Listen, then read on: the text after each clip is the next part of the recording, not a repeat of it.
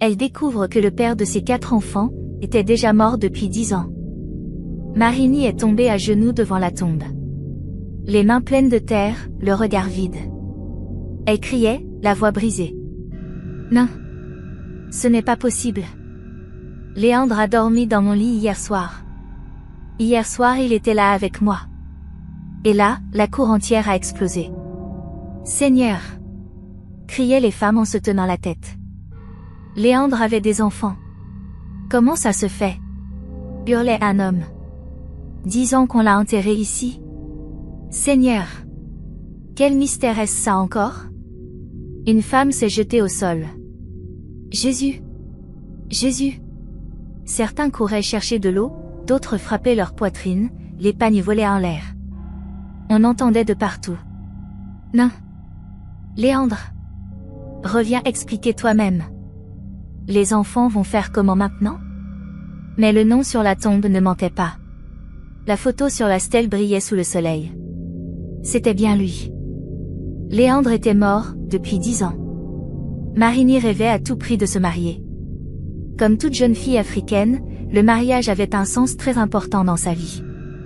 Elle vivait encore avec son père et sa mère. Dans sa génération, Marini était la seule fille du quartier qui n'était pas encore mariée. Sa grande sœur, elle, était déjà mariée depuis longtemps, avec des enfants. Chaque jour, sa mère ne manquait pas de lui rappeler. Marini, regarde ta grande sœur, elle est déjà mariée, elle a ses enfants. Et toi? Tu as déjà 30 ans, c'est trop. Moi aussi je veux porter le pagne, je veux manger ta dot. Son père, homme calme, n'aimait pas entendre ça. Il reprenait toujours sa femme. Véronique, pourquoi tu parles ainsi à notre fille? Laisse-la tranquille. 30 ans, ce n'est rien. Mais Marini, au fond d'elle, souffrait. Elle pleurait souvent seule dans sa chambre.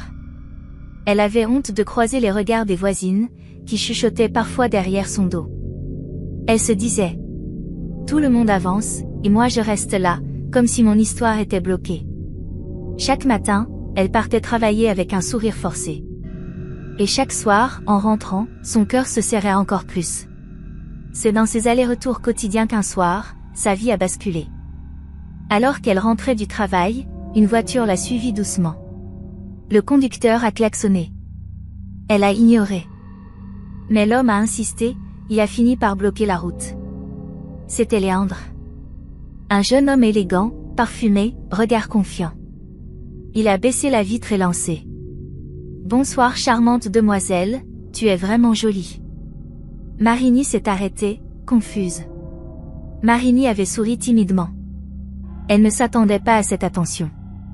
Petit à petit, elle et Léandre avaient commencé à se voir souvent. Des promenades par-ci, des conversations tard dans la nuit par-là. Ils parlaient d'avenir, de projets, comme deux jeunes amoureux. Très vite, Léandre venait presque tous les jours la chercher à la sortie du travail. Marini rentrait à la maison avec des cadeaux, parfois un peu d'argent. Elle disait à sa mère Véronique: maman, j'ai trouvé quelqu'un. Sa mère, fière, lui répondait: tu vois, si tu n'avais pas écouté mes conseils, tu serais encore seule aujourd'hui. Et pour la première fois depuis longtemps, Marini voyait sa mère sourire à cause d'elle. Elle était tombée amoureuse rapidement.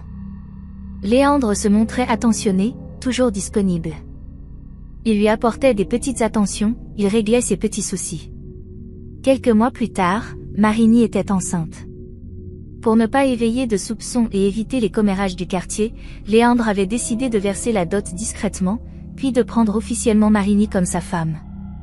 9 mois après, leur premier enfant est né. Puis un deuxième, puis un troisième, puis un quatrième. Tout semblait parfait. Une vraie vie de famille. Mais il y avait un détail que Marini n'arrivait pas à comprendre. Léandre ne parlait jamais de sa propre famille.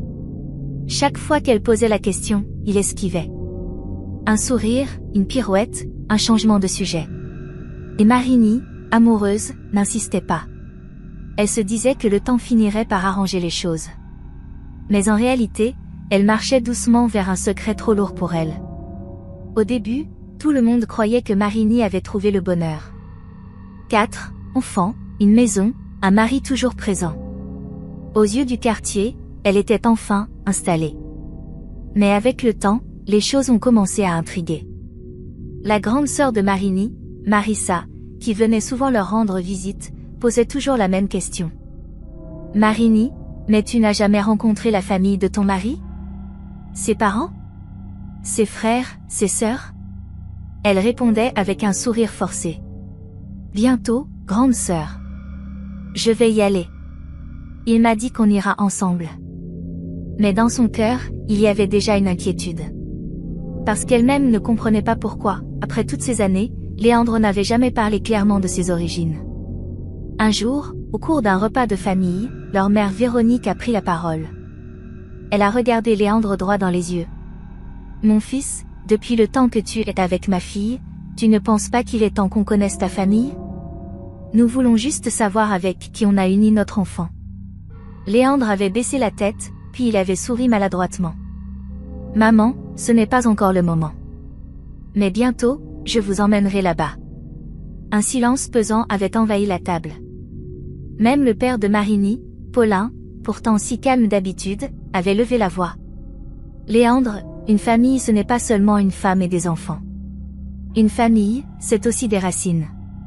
Tu dois nous montrer d'où tu viens. Mais Léandre n'avait rien ajouté. Comme toujours, il avait détourné la conversation. Et Marini, prise entre son amour et les doutes de sa famille, avait préféré se taire. Elle se disait encore.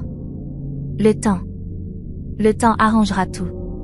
Elle ignorait que le temps, au contraire, l'amenait droit vers la vérité la plus douloureuse de sa vie. Quelques semaines plus tard, Léandre avait fini par céder. Ce soir-là, alors que Marini rangeait la chambre des enfants, il est entré calmement et dit « Prépare-toi, ce week-end on va aller voir ma famille. » Le cœur de Marini s'est emballé. Enfin, après toutes ces années, elle allait connaître sa belle famille. Elle a couru annoncer la nouvelle à sa mère Véronique et à sa sœur Marissa. La mère avait levé les mains au ciel. « Merci Seigneur, je vais enfin savoir qui a épousé ma fille. » Le samedi matin, ils ont pris la route. Marini portait une belle robe pagne. Les enfants étaient assis derrière, tout excités de rencontrer papy et mamie. Le voyage avait duré plusieurs heures.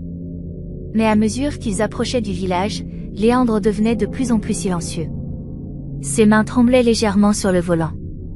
Marini l'observait, mais elle n'osait pas poser trop de questions. Arrivé à l'entrée du village, il a brusquement garé la voiture. Il s'est tourné vers elle, sans la regarder dans les yeux. « Écoute, avance seule. Tu vas trouver ma maison un peu plus loin, tout droit. Mes parents sont là-bas, ils vont t'accueillir. Moi je te rejoins après. » Marini l'a fixé, troublée. « Pourquoi tu ne viens pas avec moi ?» Il a esquivé, comme toujours. « Ne t'inquiète pas, je te rejoins. » Elle est descendue, confuse, mais poussée par l'envie de découvrir enfin cette belle famille qu'elle attendait depuis si longtemps. Elle a pris les enfants par la main, et ensemble ils ont marché vers la maison que Léandre lui avait désignée. Au loin, elle apercevait déjà des personnes rassemblées devant une grande cour. Elle semblait attendre quelqu'un. Dans son cœur, Marini se disait « Enfin je vais savoir d'où vient l'homme de ma vie. » Elle ne savait pas qu'elle marchait tout droit vers un choc qui allait briser son esprit à jamais. Marini est arrivée dans la grande cour avec ses 4 enfants. Les villageois étaient assis, certains sur des bancs en bois, d'autres debout, adossés au mur de la maison. Tous avaient les yeux fixés sur elle, comme surpris. Elle a serré la main de ses petits, avec un sourire timide, elle a dit d'une voix claire. « Bonjour, je suis Marini, la femme de Léandre. Voici vos petits-enfants. » Un silence glacial a envahi la cour. Personne ne bougeait.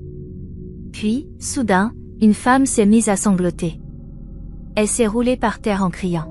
« Seigneur, qu'est-ce que je vois aujourd'hui ?» Marini était perdue. Elle regardait à gauche, à droite, sans comprendre. Un oncle s'est approché, les larmes aux yeux. Il lui a demandé calmement. « Tu as dit qui ?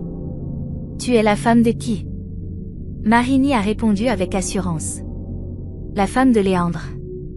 Ça fait des années que nous vivons ensemble. Nous avons 4 enfants. » Elle a même sorti une photo de famille de son sac, pour prouver ses paroles.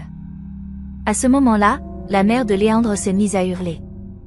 Elle a frappé sa poitrine et dit : « Impossible. Mon fils Léandre est mort depuis 10 ans. Enterré ici même au village. » Toute la cour a éclaté en sanglots. Des femmes se sont couverts le visage avec leurs pagnes. Des hommes secouaient la tête en répétant : « Ce n'est pas possible, ce n'est pas possible. » Marigny sentait ses jambes trembler.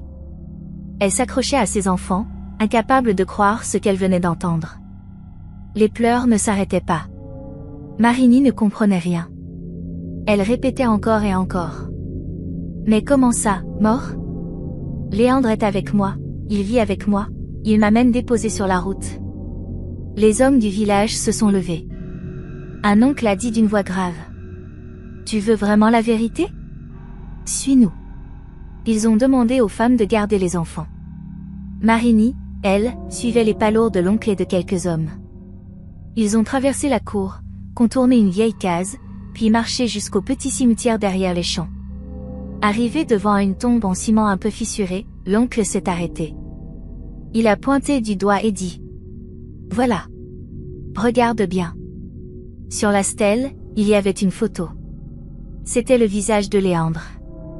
Exactement le même que celui qui dormait chaque nuit à côté d'elle. Marigny a poussé un cri strident. Elle s'est agrippée à la tombe en hurlant : « Non.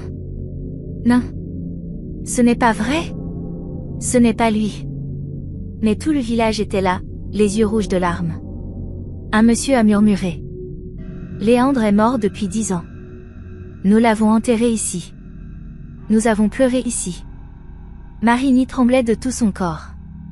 Ses yeux fixaient la photo, ses lèvres balbutiaient des mots incompréhensibles. C'était comme si son esprit commençait déjà à se briser. Devant la tombe, Marigny a commencé à secouer la tête. Ses jambes ne la portaient plus. Elle tombait, se relevait, tombait encore. Ses mains grattaient la terre du cimetière, comme si elle voulait déterrer le corps. Elle criait : « Ce n'est pas possible. Il a dormi dans mon lit hier soir. Il a pris son café ce matin. Vous mentez. » Les hommes essayaient de la retenir. 2 femmes du village ont couru pour la soutenir, mais elle se débattait comme une possédée. Ses yeux roulaient, elle écumait de la bouche. Mais Marigny n'entendait plus rien. Elle frappait sa poitrine de ses poings, elle criait le nom de Léandre, encore et encore. Son corps tremblait comme si un feu brûlait à l'intérieur. Et là, d'un coup, elle est tombée raide, sans connaissance, juste devant la tombe.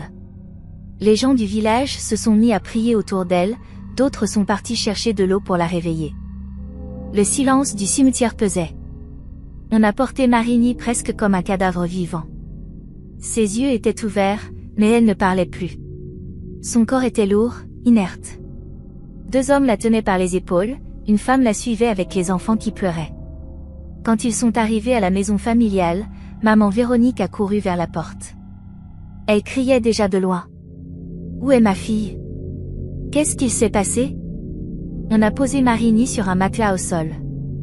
La mère a vu son regard perdu et a fondu en larmes. Marigny fixait le plafond sans cligner des yeux. Parfois elle souriait toute seule, parfois elle éclatait de rire, un rire froid, un rire qui ne ressemblait pas à elle. Les enfants, eux, s'accrochaient à leur grand-mère. Ils demandaient : « Mamie, papa va revenir ? Pourquoi maman rigole comme ça ? » Mais personne ne pouvait répondre. La grande sœur de Marigny, Marissa, était assise à côté. Elle tenait la main de sa sœur, elle répétait doucement : « Reviens à toi, petite sœur, reviens. » Mais Marigny murmurait seulement le nom de Léandre, encore et encore. Elle disait : « Il m'attend, il va venir me chercher. » Tout le quartier avait commencé à parler. Les voisins venaient voir discrètement par la fenêtre. Certains disaient que Marigny avait été ensorcelée. D'autres affirmaient qu'elle dormait avec un esprit depuis des années sans le savoir. La maison était devenue lourde, remplie d'un silence que même les prières de maman Véronique n'arrivaient pas à briser. Les jours passaient, mais Marigny n'allait pas mieux. Au contraire, c'était de pire en pire. La nuit, elle se réveillait en sursaut. Elle se mettait à rire très fort, comme si quelqu'un lui racontait une blague. D'autres fois, elle courait dehors en criant : « Léandre ! Attends-moi. Ne pars pas sans moi. Les enfants pleuraient à chaque crise. Ils disaient à leur grand-mère. Mamie, maman fait peur. Parfois, Marini restait assise dans un coin de la maison, les yeux grands ouverts, fixés sur le vide. Elle répétait seulement. Il va revenir, je le sais, il n'est pas mort. Marissa, sa grande sœur, essayait de l'attacher avec un pagne pour éviter qu'elle ne sorte en courant. Mais Marini avait une force étrange, comme si elle n'était plus elle-même. Le quartier entier parlait d'elle maintenant. On l'appelait la femme de l'esprit. Personne ne comprenait comment elle avait vécu toutes ces années avec un homme, qui en réalité était mort depuis 10 ans. Maman Véronique, épuisée, était assise sous le manguier de la cour. Elle pleurait chaque soir. Elle disait aux voisins. On m'avait dit de la laisser vivre sa vie, mais regardez aujourd'hui, j'ai perdu ma fille sans qu'elle ne soit morte. Les enfants grandissaient dans cette ambiance lourde. À l'école, on se moquait d'eux. On leur disait. Votre père est un fantôme. Votre mère est folle. Le plus grand, Marvin, se battait souvent pour défendre ses petits frères. Mais au fond de lui, il souffrait. Marissa, la grande sœur, avait pris une décision.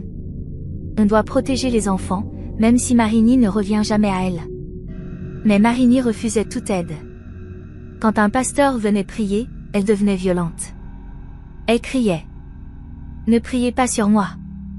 Je l'aime. Je vais le rejoindre. Sa voix résonnait dans toute la maison. Les voisins tremblaient en entendant ces paroles. C'était clair pour tout le monde, Marini n'était plus la même. Et la famille devait vivre avec cette vérité douloureuse. Un soir, la crise de Marini est devenue trop grave. Elle s'était mise à frapper sa tête contre le mur en criant. Laissez-moi aller. Je veux rejoindre Léandre. Les enfants hurlaient, Pauline et maman Véronique ne savaient plus quoi faire. Elles ont fini par appeler un voisin qui avait une voiture. Ils l'ont emmené d'urgence à l'hôpital. Les médecins l'ont examiné. Ils ont vu ses yeux rouges, ses bras marqués par les coups. Un d'eux a soupiré et dit calmement. Madame, cette femme a perdu la raison. Ils ont décidé de l'interner dans un service spécial. Ils ont mis des sangles sur ses poignets pour éviter qu'elle ne se blesse. Mais Marini se débattait, elle hurlait encore le nom de Léandre.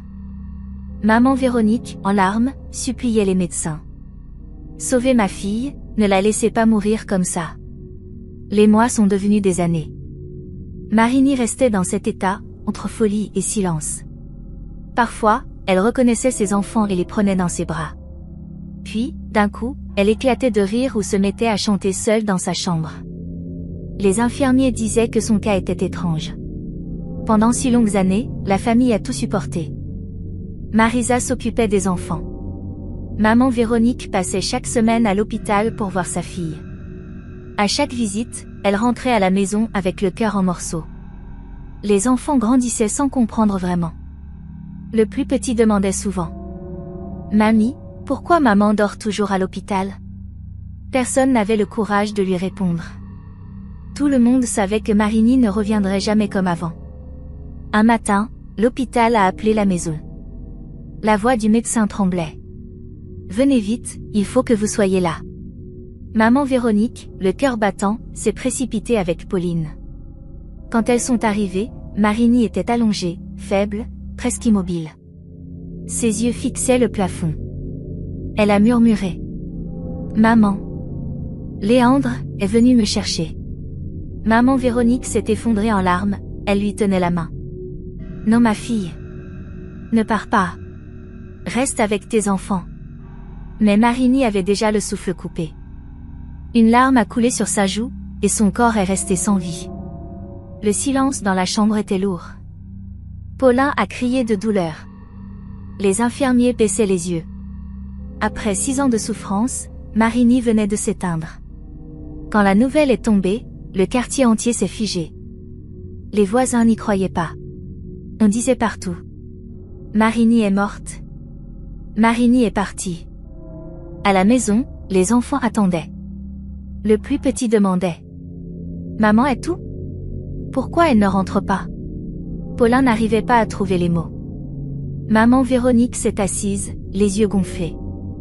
Mes petits, votre maman est allée rejoindre le Seigneur. Elle ne reviendra plus. Le silence a brisé la pièce. Le plus grand a jeté son cahier, il criait. Non. Maman m'avait promis d'être là pour mon anniversaire.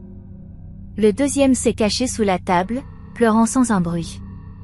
Et le plus petit répétait seulement. Je veux ma maman, je veux ma maman. Les sanglots résonnaient dans toute la cour. Ce jour-là, même les voisins ont pleuré. On savait que plus rien ne serait comme avant. Le jour de l'enterrement, la cour était pleine. Les gens pleuraient, d'autres chuchotaient. On avait mis le cercueil au milieu, avec des fleurs tout autour. Maman Véronique s'est jetée dessus, elle criait. Ma fille, pourquoi tu m'as laissée comme ça? Mais les voisines la regardaient d'un air froid. Une femme dit doucement. C'est toi qui la pressais chaque jour. Tu voulais seulement voir la dot. Regarde maintenant. Ces paroles sont restées comme un couteau dans le cœur de Véronique. Elle s'est tue. Elle n'avait plus de force pour répondre. Les enfants de Marigny étaient là, debout, perdus, sans comprendre pourquoi leur maman ne se réveillait plus. Pauline les tenait par la main, les larmes coulaient sans arrêt. Quand on a descendu le cercueil dans la tombe, un silence lourd a envahi l'air. On entendait seulement les cris étouffés de Pauline et des enfants. Un vieux du quartier a parlé. Vous voyez ce qui arrive quand on pousse trop quelqu'un. Le mariage, ce n'est pas une course. C'est une question de choix. Parfois, en cherchant trop vite, on tombe dans un piège. Et là, tout le monde a compris. La mort de Marigny n'était pas juste une histoire de sorcellerie ou de mystère. C'était aussi la conséquence d'une pression, d'un choix imposé. Dans la vie, tout ce qui brille n'est pas or. Avant d'aimer quelqu'un, apprends à connaître d'où il vient. Et toi, si tu découvrais que la personne avec qui tu vis n'est même plus en vie depuis longtemps, tu ferais quoi? Abonne-toi, commente, partage la vidéo pour alerter quelqu'un d'autre.